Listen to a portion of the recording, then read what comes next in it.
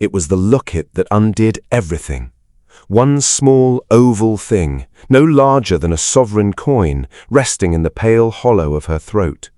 She had worn it every day for 7 years, and in 7 years not a single soul had ever dared to ask what lay inside. Until tonight. Until him. The Duke of Ashbourne had not meant to look. He had not meant to be in the East Library at all, not at this hour, not with the fire burned low and the November wind clawing at the window panes like something desperate to be let inside. He had come only to retrieve the ledger his steward had left on the reading table, a dull administrative errand entirely beneath a man of his station. And yet there she was. But before we go any further into this story, if you are new to this channel, welcome. Welcome to the Duke's Lost Letters, where every week we bring you the most dramatic, the most heartbreaking, and the most scandalously romantic stories of the Regency era. If this kind of story stirs something deep within you, please do take a moment right now to like this video and subscribe to our channel. It costs you nothing, and it means the absolute world to us. Hit that bell as well so you never miss a single story. Now, back to the library, back to the locket, back to the moment that would shatter 2 lives and remake them entirely. Miss Cecilia Ashby stood with her back to the door, unaware that she was being observed. She stood before the tall, cold window, holding a candle in one hand, and in the other the open locket, its delicate gold face tilted toward the trembling flame. Her expression, visible to him in the watery reflection of the darkened glass, was one of such naked longing, such private devastation, that the Duke felt, for a single shameful moment, that he was witnessing something sacred. He should have retreated. A gentleman would have retreated. He did not retreat. Miss Ashby. She startled so violently that the candle flame guttered and very nearly extinguished. She spun to face him, and the locket, that small, treacherous locket, swung freely on its chain, its face still open, its miniature portrait still visible in the dying light. The Duke crossed the library in 4 long strides, his boots striking the flagstone floor with the measured authority of a man accustomed to being obeyed. He had not intended to look at the portrait. He had only intended to announce his presence, to spare them both the indignity of an unchaperoned encounter. But his eyes fell on the locket as naturally as water falls downward, and what he saw within it stopped him as completely as if he had walked into a wall of stone. A child, a boy of perhaps 4 or 5, painted with extraordinary delicacy in blues and gold.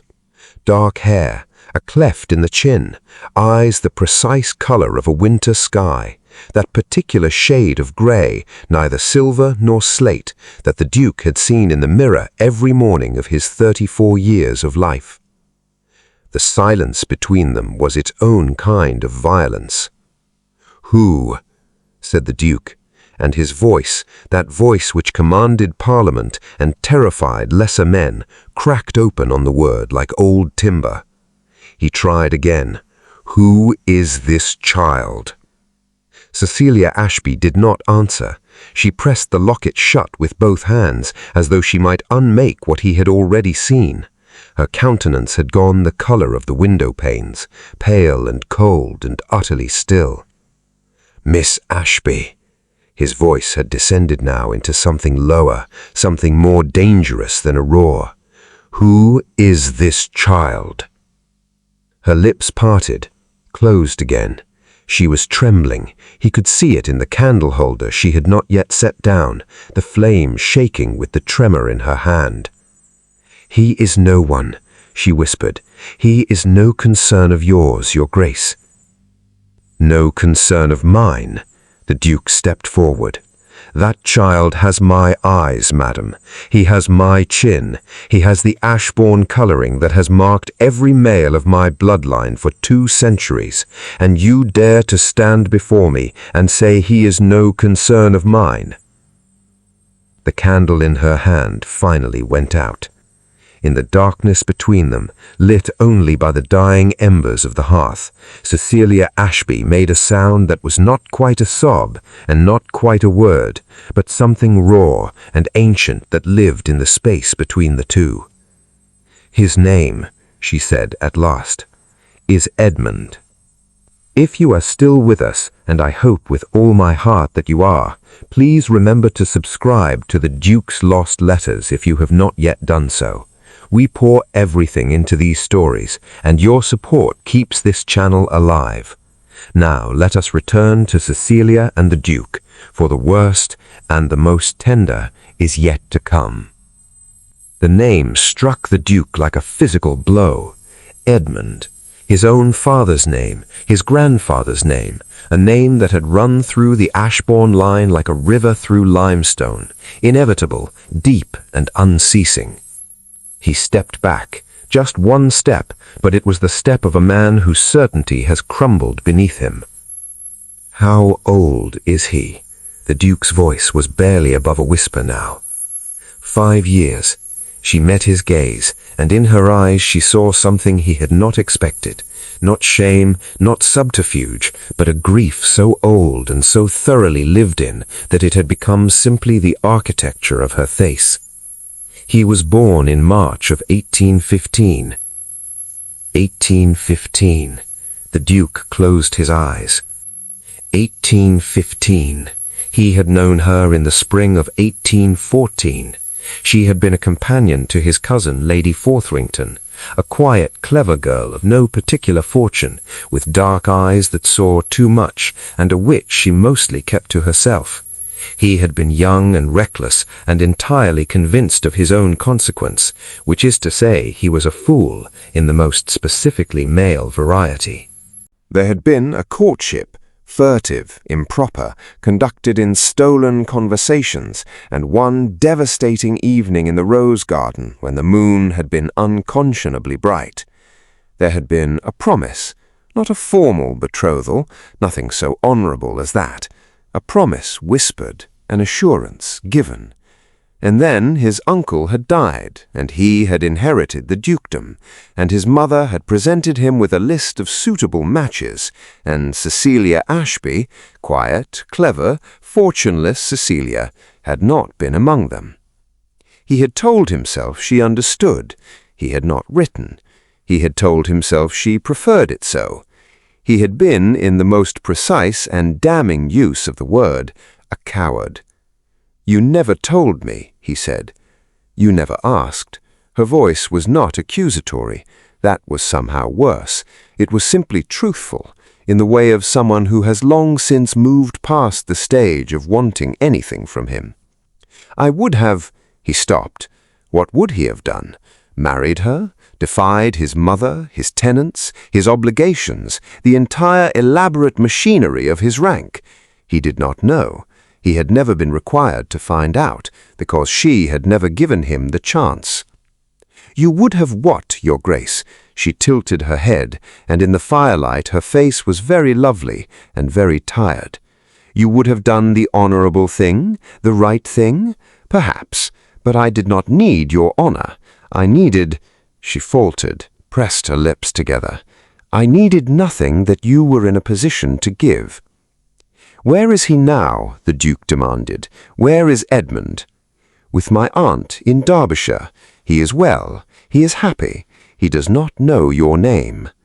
The last sentence landed between them like a stone into still water, and the ripples of it went outward and did not stop. The Duke of Ashbourne, who had never in his adult life been uncertain of his own authority, who had never stood in a room and felt himself to be the lesser person within it, turned away and pressed one hand against the cold stone mantelpiece and breathed very carefully, as a man must when the ground has shifted beneath him. "I want to see him," he said. Silence.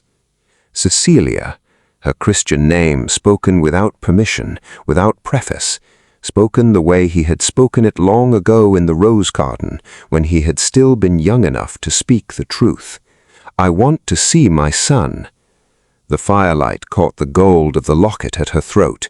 She did not open it again, but her hand rose and enclosed it, not hiding it, not defending it, simply holding it, as one holds a thing that is precious and fragile and entirely, irrevocably one's own.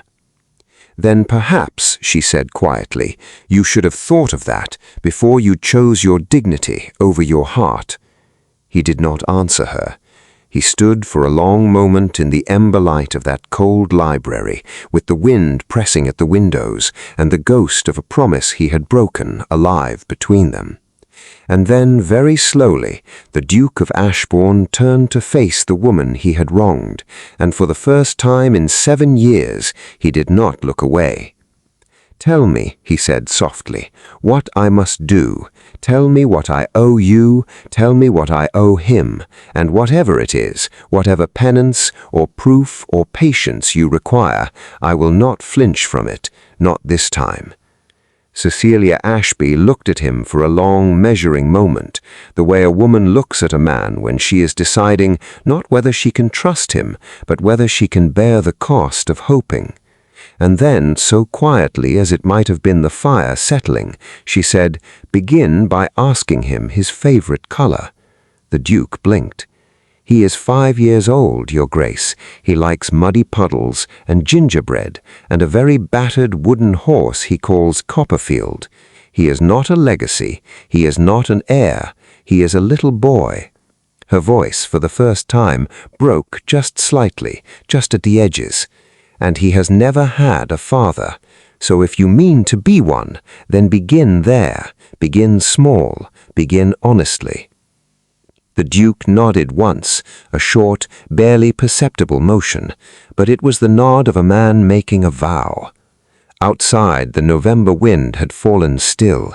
Inside the East Library, in the fading warmth of a dying fire, 2 people who had made a ruin of something beautiful stood quietly in the wreckage and began, very carefully, to consider what might yet be rebuilt.